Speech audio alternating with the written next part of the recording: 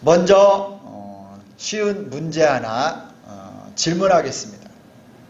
시편은 1편부터 마지막 총 몇 편까지 있어요? 몇 편이요? 150편. 여기에 시가, 그러니까 시가 몇 편이 있다라는 거예요? 150수 시가 여기에 다 있어요. 시. 그러면 도대체 시편이 어떤 책이냐? 우리 자료를 한번 띄워주시기 바랍니다. 시편이 과연 어떤 책이냐? 여러분, 이 시편은 하나님의 자녀들, 구약의 이 시인들이 있어요. 대표적으로 이 시편의 저자는 누구냐면은 제일 많이 시를 쓴 사람은 다윗이에요. 그리고 이곳에는 모세도 있고 또 고라의 자손도 있고 많은 사람들이 이 시편을 적었지만, 사람들이 하나님께 이 땅을 살아가는 신자들이 하나님을 향하여 드린 고백입니다. 그리고 찬송이고요, 기도예요. 이게 시예요, 시.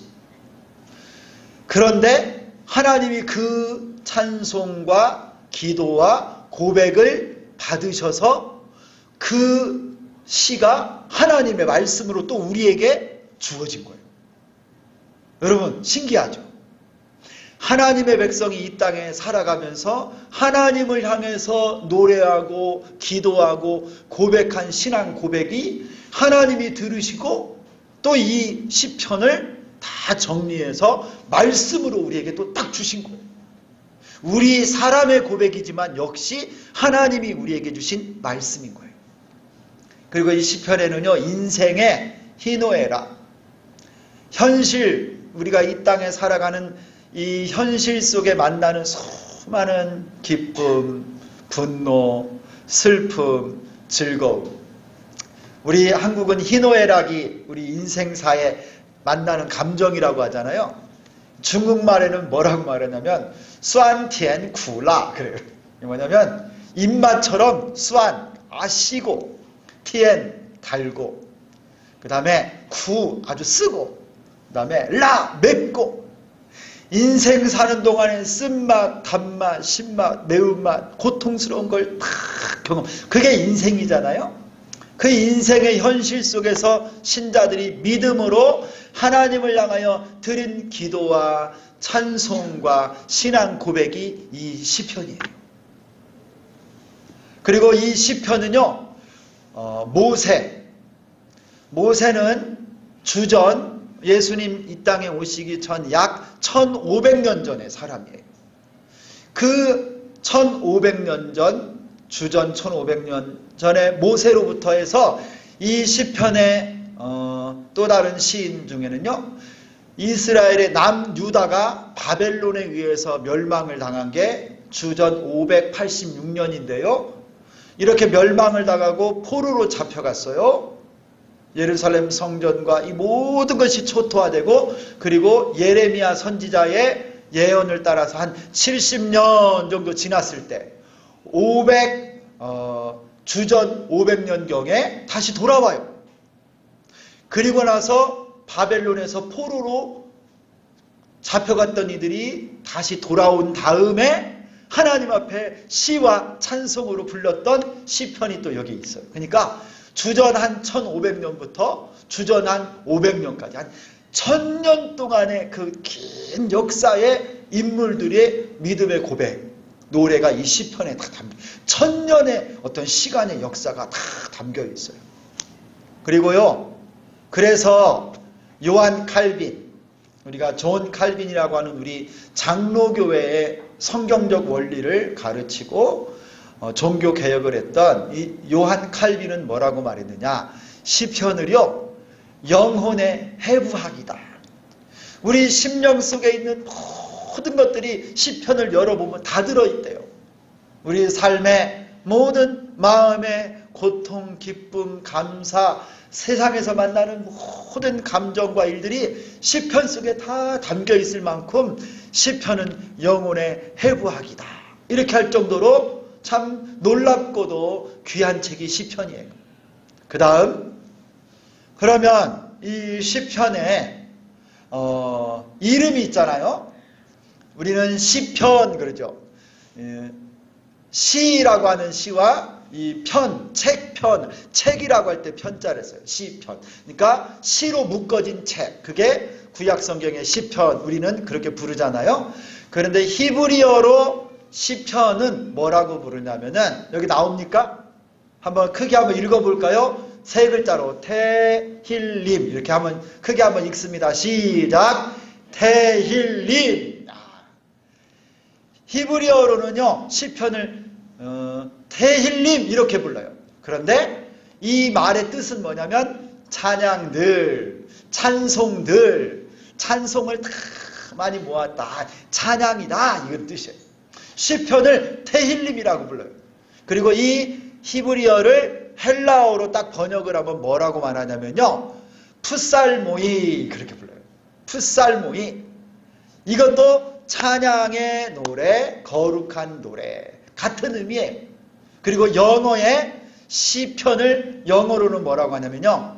저기 보면 Psalms 나오죠. Psalms라고 그래요. Psalm. 이게 헬라어에서 그대로 번역한 거예요. 풋살모이 이거를 영어식 라틴어 영어식 발음으로 해가지고 Psalm 이렇게 불러요. 찬양 그런 뜻이에요. 이 시편은 이름 자체가 찬송인 거예요. 신앙 고백으로 하나님께 올려드리는 거예요. 그 운율이 있어요. 시니까. 자, 그리고 여러분 시편을 딱 열어보면은 뭐 몇 편, 23편, 뭐 2편, 뭐 이렇게 이 몇 편하고 그 옆에 보면은 조그만 소 제목 같은 것들이 많이 있어요. 이거를 표제어라고 불러요. 표제어. 한번 따라서 합니다. 표제어. 그러면 이 표제어는 무슨 뭘 알려주냐면 이 시편의 배경이 뭐냐. 예를 들면 압살롬이 반역했을 때 지은 시. 그렇게 하면 이 시는 다윗이 지었는데 압살롬이 반역했을 때 지은 시다. 이런 뜻이에요. 그리고 때로는 거기에 이제 지휘자의 지휘를 따라 부르는 노래, 올라가는 노래 뭐 이런 그런 표제어가 붙었는데 어떤 예배 때 부르는 찬송과 시인지를 그 표제어가 딱 알려주는 거예요. 그래서 150편의 시편 중에 표제어가 붙어있는 게 몇 개나 되냐면요. 116개나 표제어가 딱 붙어있어요. 그래서 이 시편은 언제 부르는 찬송이고 기도구나. 어떤 상황 가운데서 적었던 시고 누가 적은 시구나. 이걸 딱 알 수가 있는 거예요. 그러면 그 시편을 읽을 때 조금 더 배경을 깊이 알고 잘 이해를 할 수가 있겠죠. 그리고 이 시편은요. 어디에 사용을 했냐. 구약에서 성전에서 제사 지낼 때 사용했어요. 공적인 예배 중에 시편을 노래하고 시편을 찬송했어요. 그리고 또 개인들이 시편을 가지고 하나님께 기도할 때 또 말씀을 묵상하면서 시편을 깊이 외우고 묵상하면서요 큰 은혜를 받아요. 우리들처럼. 여러분 우리들 시편을 읽으면서 참 감동이 많이 되죠. 여호와는 나의 목자시니 내게 부족함이 없으리로다. 때로는 여러분 이 말씀 한 구절이요 우리 심령을 탁 붙잡아 주잖아요. 힘들고 어려울 때 여호와 하나님이 나의 목자가 되신다. 시편 23편이 시편 18편 1절 나의 힘이 되신 여호와여 내가 주를 사랑하나이다. 하나님 사랑합니다.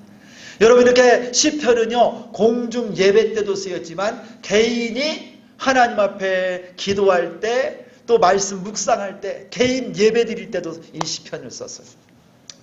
제가 한 2년 공부했던 영국의 북쪽에 가면 스코틀랜드가 있어요. 스코틀랜드. 거기에 수도가 에딘버러인데 이 북쪽의 스코틀랜드 지역 여기에 교회들이 또 우리나라처럼 교단이 몇 개 돼요. 교단. 그 중에 프리처치 교단이 있어요. 프리처치 자유교회 교단. 이분들은 세속화된 교회 가운데 우리는 말씀대로 누구에게도 매이지 않겠다, 이런 정신으로 프리처치, 정부의 통제 안 받겠다, 하나님 말씀대로 서겠다 해서 프리처치 교단이 있는데요. 이 교회는 지금은 모르겠어요. 제가 한 20년도 넘었네요. 한 25년 전에 유학할 때, 그때까지만 해도요, 예배당에서 예배 드릴 때 기타, 드럼 이런 거 하나도 없어. 피아노도 없어. 심지어 찬송을요 시편으로만 불러. 시편 찬송 아카펠라, 그냥 생목으로 다 하면서 집사님 한 분이 앞에 딱 나와가지고요, 저 수십 년 전부터 내려오는 이 시편의 멜로디를 다 이분들은 어려서부터 배워가지고 시편 찬송가가 있어요.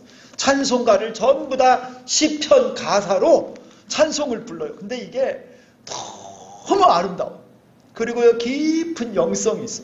악기 하나도 안 쓰는데, 제가 거기서 같이 이렇게 예배를 한번 드리는데요, 영어가 다 안 들리니까 무슨 뜻인지는 잘 모르겠는데 얼마나 엄숙하고 이 시편 찬송가에 참 깊은 은혜가 있다는 걸 제가 그때 깊이 경험했던 적이 있어요. 이 시편은요, 그래서 개인이 예배드리고 기도하고 묵상할 때 이렇게 사용하는 거예요. 그 다음에 이 시편은 이제 구성이 있어요. 구성. 전체가 몇 편이라고 그랬죠? 150편. 이 정도는 이제 우리 알아야 돼요. 시편이 몇 편이에요? 내가 좋아한다고 23편 이렇게 딱 하면, 시편 다 하면 150편이 있어요. 근데 여러분 재밌는 게, 시편을 여러분이 오늘 가서 딱 읽어보세요. 제가 이 자료는 오늘 예배 끝나고 우리 단톡방에다 딱 올릴게요. 그러면 여러분 이 시편 150편이 그 5군데로 딱 나누어지는 걸 알 수 있어요. 시편이 하나지만 5권의 시로 묶여져 있어요.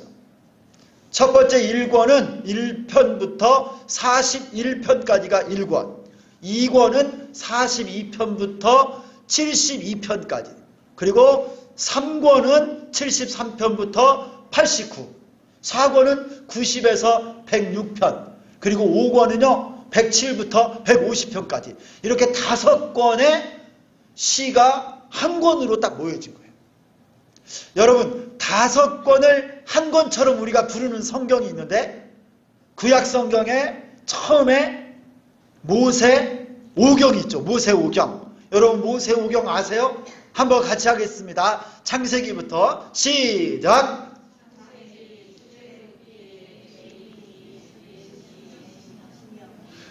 목소리가 좀 작은 데는 여러 가지 이유가 있어. 오늘 피곤하거나, 아니면 내가 밥을 많이 먹어서 목소리가 안 나오거나, 세 번째는 잘 모를 때. 근데 여러분들은 좀 피곤해서 그런 것이죠? 다시 한번 모세오경 5권 성경 시작.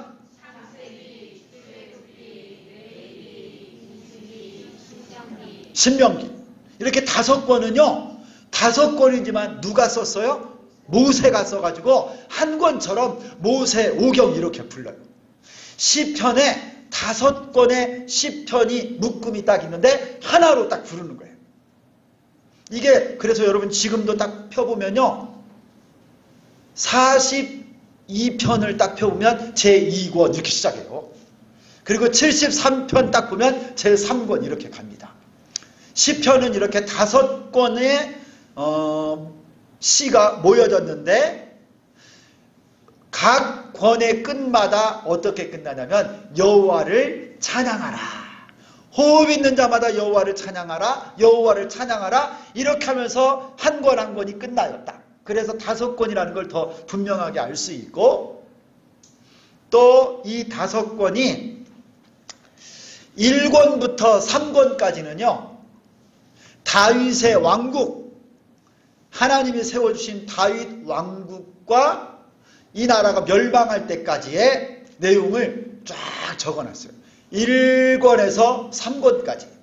그리고 4권은 어떤 내용이 많이 나면 모세 이야기가 많이 나와요. 그래서 출애굽에서 광야의 삶, 그리고 광야와 같은 성도들의 인생에 대해서 제4권에서는 많이 다뤄요.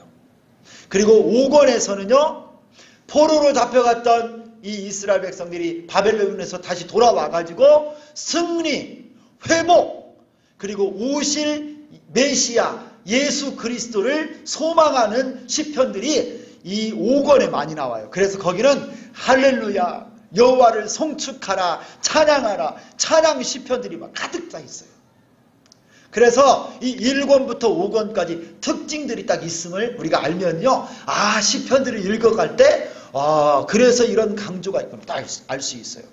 그 중에서 시편 150편 중에 서론 같은 말씀이 1편하고 2편, 우리 오늘 이어서 제가 설교를 할 건데요, 시편 1편과 2편은 전체 150편의 서론과 같은 말씀이에요.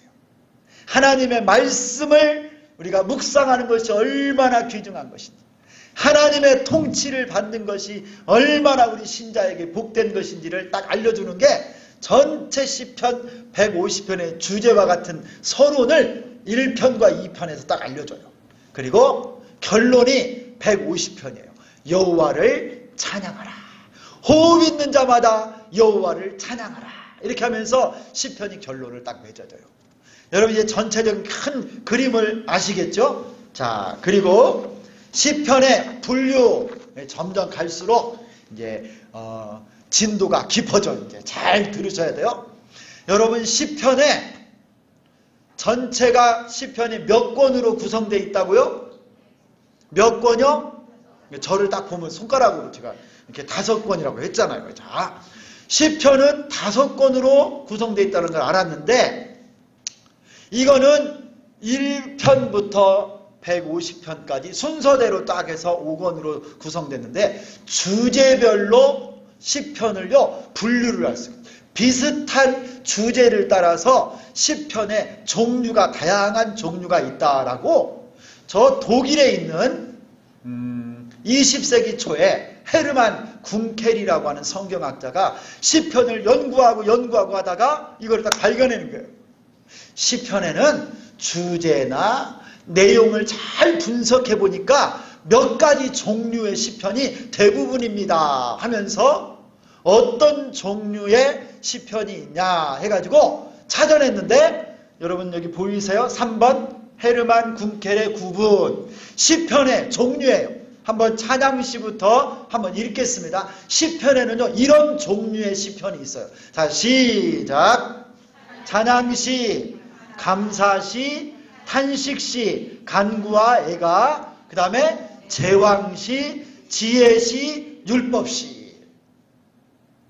무슨 말인지 알겠어요, 여러분? 시편 종류 중에는요 찬양하는 시가 있어요. 주로 그 시는 하나님을 막 찬송하고 높여드리고 영광을 돌리는 그런 시가 있어요. 대부분의 내용 전체가. 또 어떤 시 중에는요 하나님께 막 감사를 많이 고백해요. 어떤 상황에서도 하나님께 감사하고 하나님이 살아계심을 고백하며 하나님의 은혜를 고백하고 막 감사를 주로 하는 찬양이 있습니다. 여호와께 감사하라, 그는 선하시고 인자하심이 영원하미로다. 계속 반복하는 이런 시도 있잖아. 이런 감사시가 있고요. 또 하나는요 탄식시가 있어. 탄식시는 뭐냐면 하나님께 마음이 아파서 막 간구를 해요. 애통하면서 하나님 앞에 통곡하면서 우는 시들이 있어요. 하나님, 내가 너무 괴롭고 힘드니 하나님 나를 구원해 주세요. 살려주세요. 회복시켜주세요. 원수가 나를 공격하려고 합니다. 사망이 내 지금 곁에, 그러면서 하나님 앞에 애통하고 탄식하는 그런 시가 또 성경에 많이 들어있어요. 시편 중에는.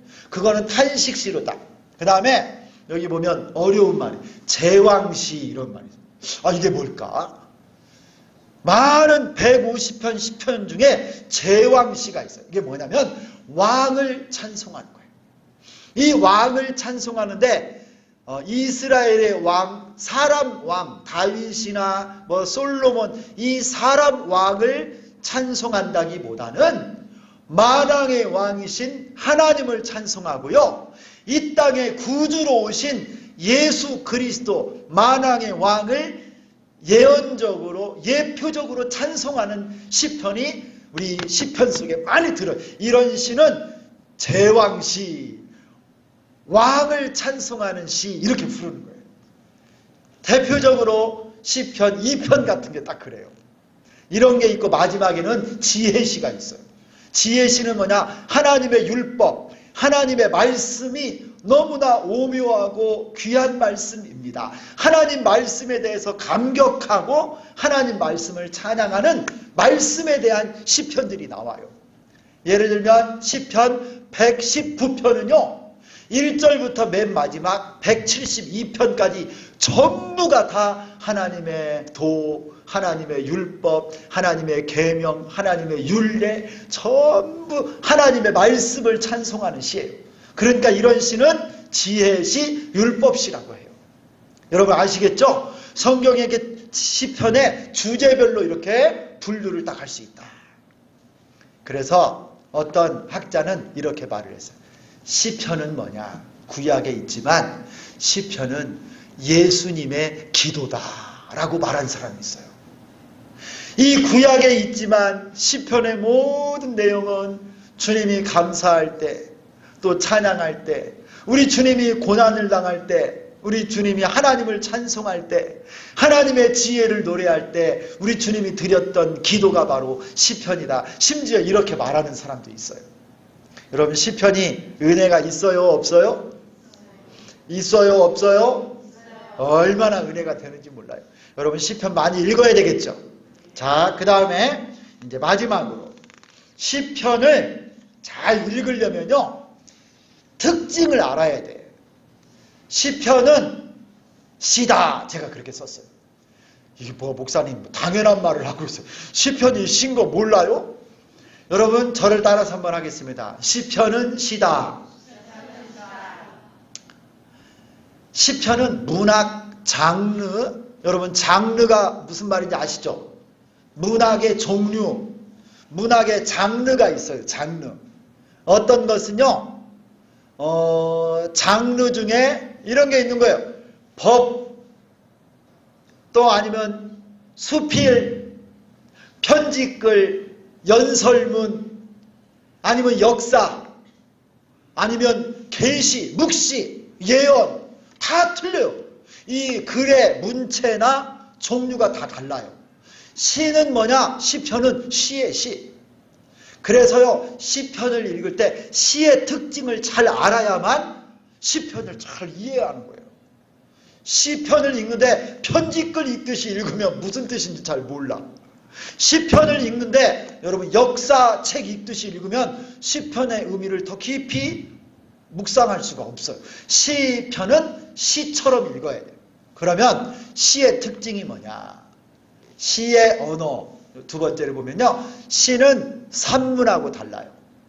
그래서 이 시편에 써 있는 단어나 문체가요 간결하고 짧고 단어 하나하나 문장 하나하나가 굉장히 함축적이고 농축되어 있는 단어들이 쓰여 있습니다. 의미를 막 거기에 쫙 녹여서. 그래서요 단어와 구절을 하나하나 잘 음미하고 동시에 이 단어 하나, 절 하나하나를 시편 전체와 함께 관계를 연결해서 의미를 파악해야 제대로 알 수 있는 거예요. 쉽게 말하면 시편을 읽을 때는요 나무 하나도 잘 봐야 되지만 숲도 잘 봐야 제대로 의미를 깨달을 수가 있다. 따라서 하겠습니다. 시편을 읽을 때는 나무도 잘 보고 숲도 잘 봐야 됩니다. 어떤 사람은 단어 하나만 딱 붙잡고 막 그것만 갖고 저기 하면 안 돼. 다 같이 봐요. 한 편을 다 같이 이렇게 보셔야 되고요. 자, 그런데요. 이 시도요. 영어시, 한시, 중국시, 그리고 히브리 사람들의 시가 특징이 다 달라요. 히브리 사람의 시의 특징이 뭐냐? 제가 세 가지만 딱 가지고 나왔어요. 히브리 시, 우리 시편, 이 이스라엘 사람들의 시의 특징 중에 제일 많이 강조되는 게 뭐냐면요. 첫 번째, 평행법이 있어요. 평행법. 한번 따라서 합니다. 평행법. 한마디로 말하면요, 같은 의미를 반복해서 2번, 3번 말하는 그런 기법이에요. 기법. 그래서 시편이나 잠언이나 이 시가서를 딱 보면요, 똑같은 단어와 똑같은 의미를 단어만 말만 바꿔서 2번 이렇게 반복해서 하는 말들이 있어요. 이게 평행법이에요. 그래가지고 강조를 딱 합니다. 예가 나와요. 밑에 예가 시편 27편에 나오는데, 여호와는 나의 빛이요 나의 구원이시니 내가 누구를 두려워하리요. 이거하고 똑같은 의미가 2절에 또 나와요. 여호와는 내 생명의 능력이시니 내가 누구를 무서워하리요. 1절하고 2절이 의미가 똑같아. 여호와는 나의 빛이요 나의 구원이시니 누구를 두려워하리요. 2절, 여호와는 내 생명의 능력이시니 내가 누구를 무서워하리요. 의미가 1절하고 2절이 똑같은데요, 단어만 바꿔서 평행으로 딱 세워놓고 반복한 거예요. 이런 특징이 이 시편에는 엄청나게 많이 나와요.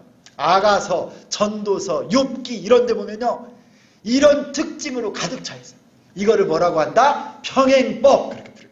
히브리시의 특징. 그래서 여러분 뭐 1절하고 2절하고 이게 뭔 의미가 다를까? 따로 볼 필요가. 반복한 거구나. 그렇게 이해하면 좋아요. 또 하나 특징이 있는데, 대칭구조. 한번 따라서 하겠습니다. 대칭구조. 이게 뭐냐면요, 여러분 대칭인데 히브리 사람들 중에 단어 알파벳 중에 키라고 하는 단어거든요. 키, X자, X자. 이거를 키라고 부르는데, 하나님의 이 시편을 이렇게 교차해서, 이 교차해서 문장의 끝과 끝에다가 주제를 배치해요. 아니면 교차되는 만나는 점에다가 주제를 딱 집어넣어가지고 강조를 딱 합니다. 이게 조금 어려워. 그런 게 있다라고 아시고, 마지막으로는 수미상관법. 한번 따라서 합니다. 수미상관법. 수미상관법이 뭐냐? 숫자는 머리 숫자예요. 그리고 미는 꼬리 미자예요. 문장의 시의 머리와 꼬리가 같은 관점으로 돼 있어요. 같은 말씀으로 표현되어 있고 같은 단어로 그래서 처음과 끝이 같은 주제로 딱 써 있어요. 단어나 표현이 똑같은. 그래서 이게 주제야. 이게 강조해서 딱 나오는 수미상관법. 이게요, 히브리시의 특징이에요. 3대 특징. 평행법, 교차법, 수미상관법. 그래서 이렇게 조금만 알고 이제 시편을 읽으면 이게 주제가 뭐구나, 반복되는구나, 이렇게 알 수 있어요. 여러분, 이제 이와 같은 히브리시의 특징 중에 오늘 전체 시편 150편의 주제, 서론과 같은 말씀이 오늘 읽은 시편 1편이라고 그랬어요. 여러분, 이 1편 1절만 우리 한번 더 같이 읽도록 하겠습니다. 1절만 같이 읽습니다. 시작.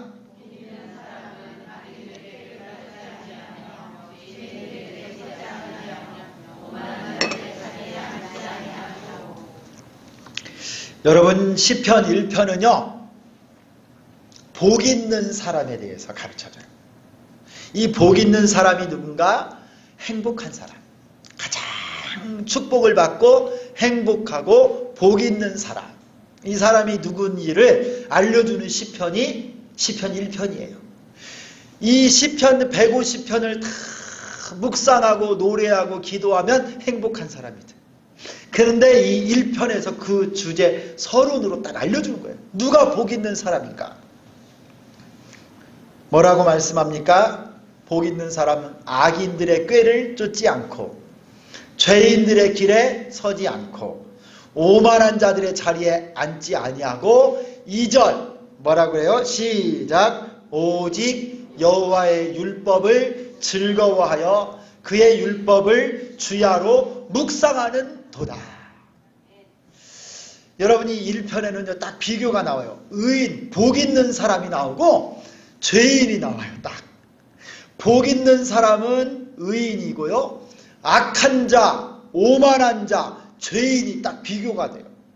그래서 1절과 2절에서 보면 복 있는 사람이 어떤 사람이고 악한 자가 누군지가 딱 나오는데, 여러분이 볼 때 복 있는 사람하고 악한 자하고 제일 큰 차이가 뭘까요?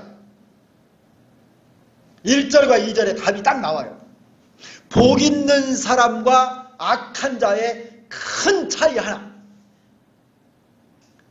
그게 2절에 나와요. 복 있는 사람은 오직 여호와의 율법을 즐거워하여 그 율법을 주야로 묵상하는 자로다. 여러분, 이 사람이 복 있는 사람. 하나님의 말씀을요 묵상하는 사람, 즐거워하는 사람. 그런데 그렇지 않은 사람들은 바람에 나는 겨와 같아요. 열매가 없어요. 빈 껍데기, 이 쭉정이만 있어서요 열매 없는 그런 불의한 자들. 그런데 여호와의 율법을 묵상하는 사람들은요 열매를 맺어. 시절을 따라 풍성한 열매를 맺고 시냇가에 심은 나무처럼 그의 모든 삶이 형통하답니다. 할렐루야. 자, 그러면 여러분, 이 시편 1편의 주제는 뭐냐면, 복 있는 사람은 하나님의 말씀을 사랑하고 묵상하는 사람이다. 이걸 알려주는 거였다. 그런데 여러분, 여기에 복 있는 사람이 받는 놀라운 축복 중에 하나가, 저는 이 3절에 이 단어 하나가요 마음을 탁 얼마나 기쁘게 해주는지 모르겠어요. 그는 시냇가에 심은 나무가 철을 따라 열매를 맺으며 그 잎사귀가 마르지 아니함 같으니 그가 하는 모든 일이 다 형통하리로다. 복 있는 사람은요 형통하대. 형통해. 여러분의 모든 삶이 형통하시기를 예수님의 이름으로 축원합니다. 그런데 여러분이 형통하다라고 하는 이 말을 하나님으로부터 직접 들은 사람이 한 명 있어요. 말씀과 더불어서 이 형통한 복을 누린 사람이 한 명 있는데, 이 사람이 누구냐면 여러분 여호수아. 여호수아 1장 8절 제가 한번 읽겠어요.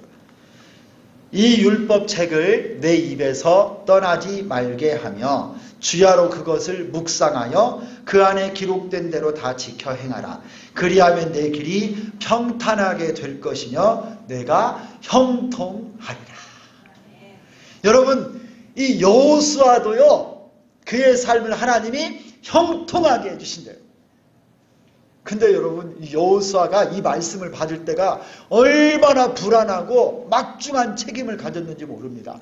그가 섬기고 따랐던 지도자 모세가 죽고 이스라엘 백성 200만 명을 데리고 요단강을 건너서요 가나안 땅에 들어가서 전쟁을 해서 이 땅을 정복해야 될 사명이 있는데, 자기를 보니까 자기는 모세 같은 하나님을 직접 본 적도 없고 지도력도 없고 경험도 없고 젊고 백성들이 잘 따르지도 않아. 근데 어떻게 이걸 감당할까 고민하고 막 마음의 사명감 때문에 무거운 짐이 있는데, 하나님이 딱 말씀한 거예요. 여호수아에게 너 이 율법책을 내 입에서 떠나지 말게 하고 그것을 주야로 묵상하여 그 가운데 기록한 대로 다 지켜 행하기만 해. 그러면 내 길이 평탄하게 되고 내가 형통하리라. 할렐루야. 오늘 시편 1편에 복 있는 사람하고 똑같은 거예요. 복 있는 사람은 여호와의 율법을 즐거워하여 그 여호와의 말씀을 주야로 묵상하는도다. 할렐루야. 여러분, 복 있는 사람, 형통한 사람이 되기를 축원합니다. 그러려면요 말씀 묵상하래요. 말씀 묵상. 하나님 말씀을 기뻐하고 즐거워하고 묵상하라는 거예요. 여러분, 하나님 말씀 묵상하는 방법이 뭐냐면 여호와의 율법을 즐거워해야 돼요. 2절 말씀, 복 있는 사람은 오직 여호와의 율법을 즐거워하여 그의 율법을 주야로 묵상하는도다. 여러분, 하나님 말씀을 즐거워하는 것이요 복 있는 사람이에요. 성경책을 보기만 해도 기쁘고 성경을 읽는 것 자체가 은혜고 감사고, 근데 막 목사님이 숙제 내듯이 해가지고 성경 통독하라고 해서 아이고 어쩔 수 없이 오늘도 읽어야 되겠네. 이렇게 읽으면 힘들어. 즐거워하는 게 아니라. 그런데요, 시편 기자들은 뭐라고 말하냐면 하나님의 말씀이 꿀송이보다도 더 달대요. 송이꿀보다도 더 달대요. 그래서 하나님의 말씀을 내가 먹습니다. 여기에 보면 여러분 묵상하는도다라고 하는 단어가 나오죠. 묵상. 이 묵상이라고 하는 단어가 굉장히 특별한 단어예요. 이 묵상이라고 하는 단어가 히브리어로는 핫가다라고 했어요. 핫가다. 근데 이 핫가다라고 하는 말은요, 작은 소리로 읊조리다 이런 의미예요. 작은 소리로 하나님 말씀을 읽으면서 읊조리는 거예요. 계속 되뇌이고. 근데 이거를 어떤 때 또 쓰냐면요, 비둘기 있죠. 비둘기가 가만히 보면 옆에서 어떨 때 보면 비둘기가 어떻게 막 작은 소리로 소리 내잖아. 어떻게 내요? 이런 것은 누구한테 물어봐야 되냐면 서순자 원장입니다. 비둘기가 어떻게 소리를 내요? 비둘기. 그러면은 그 옆에 앉은 최점대 권사. 비둘기가 어떻게 소리를 내요? 왜 이렇게 모른 척해요? 비둘기가 구구구구구구구 이렇게 하잖아요. 그렇게 안 해요? 비둘기가요, 작은 소리로 계속 소리를 뭘 이렇게 쪼아 먹거나 찾을 때. 그 다음에 또 하나는요, 사자가 음식을 딱 잡아놓고 작은 소리로 으르렁거릴 때 이 핫가다라고 하는 말을 쓴대요. 사자가 먹을 음식을 놓고 그 앞에서 하면서요, 이 달려들어서 사냥한 음식을 덥석 먹고 그거를 삼키려고 할 때 내는 그 소리, 사자가 내는 그 소리가 하나님의 말씀을, 신자들이 말씀을 묵상할 때 핫가다라고 해서 하나님의 생명의 말씀을 내 양식으로 삼듯이 달려들어서 하나님의 말씀을 내가 꽉 붙잡고 먹으려고 할 때 나는 그 소리가 바로 하나님의 말씀을 읊조릴 때, 하나님 주님 말씀을 사모합니다, 되새김질하면서 하나님 말씀을 먹는 거예요. 이게 묵상하는 거예요. 여러분, 하나님 말씀을 이렇게 사랑하고 이렇게 묵상하는 우리가 되기를 소망합니다. 이 사람이 정말 행복한 사람, 복 있는 사람이에요.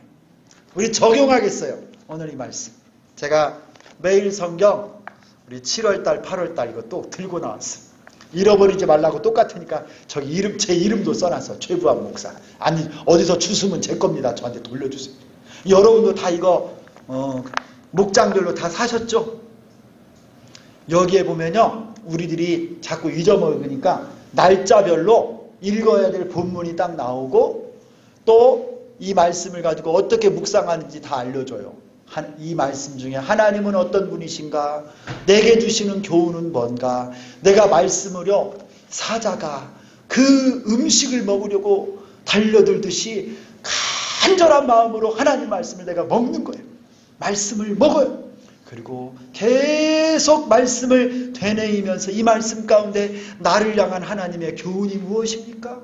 하나님의 뜻이 무엇입니까? 오늘을 살아가야 될 하나님의 생명의 말씀이 무엇입니까를 말씀을 통해서 먹고 그 말씀대로 살아가는 겁니다. 그러면 내 길이 평탄하게 될 것이라. 내가 형통하리라. 이 은혜가 여러분 모두와 함께 하기를 축원합니다. 앞으로 이 시편을 통해서 날마다 우리 인생의 모든 희노애락 삶 가운데 하나님과 동행하고 우리 주님을 찬양하고 말씀 가운데 풍성함을 누리는 우리 주비전 교회 우리 모두가 될 수 있기를 예수 그리스도의 이름으로 축원합니다. 하나님 고맙습니다. 시편에 대해서 공부하고 1편 가장 복 있는 사람이 하나님의 말씀을 즐거워하고 사랑하며 말씀을 묵상하는 자라고 하는 것을 깨닫게 해주시니 감사합니다.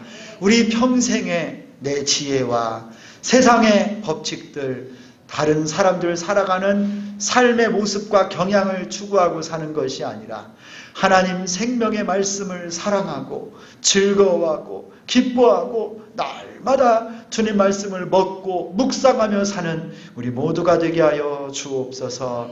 예수 그리스도의 이름으로 기도드리옵나이다. 아멘.